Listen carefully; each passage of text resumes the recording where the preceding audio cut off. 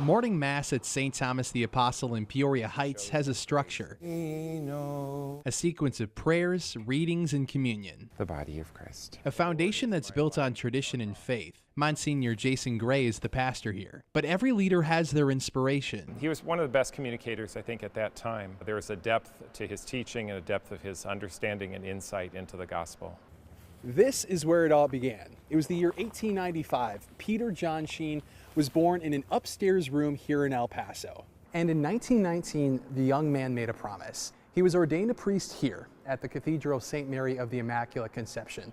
But little did he know his ministry would blossom. He would so easily converse with just the common man.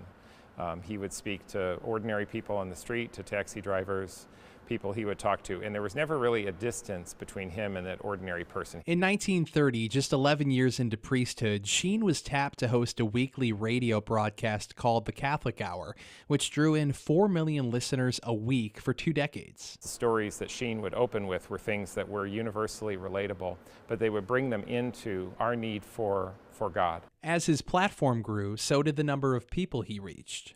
Was about a man who went down from Jerusalem to Jericho. In 1951, Sheen moved from radio to television and hosted the Catholic television program Life is Worth Living, boasting as many as 30 million weekly viewers. It competed for airtime with stars like Frank Sinatra. Just 2 years after it debuted, Sheen won an Emmy for Most Outstanding Television Personality. He never saw a check. He made over $17 million back then. That was a lot of money. It was immediately passed through to the missions to help feed the poor. In 1979 came his greatest accolade, when Pope John Paul II embraced him at St. Patrick's Cathedral in New York City, calling him a loyal son of the church. Archbishop Sheen died that year. As time passes, Sheen's legacy does not. It continues to grow. When you first come into the museum, Sheen never forgot about Peoria, and the Catholic Diocese is taking steps to ensure that he's always remembered.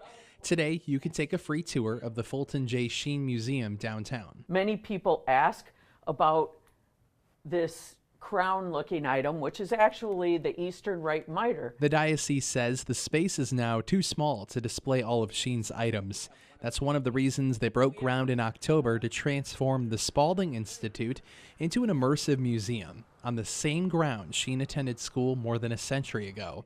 Officials hope to open the doors in 2027.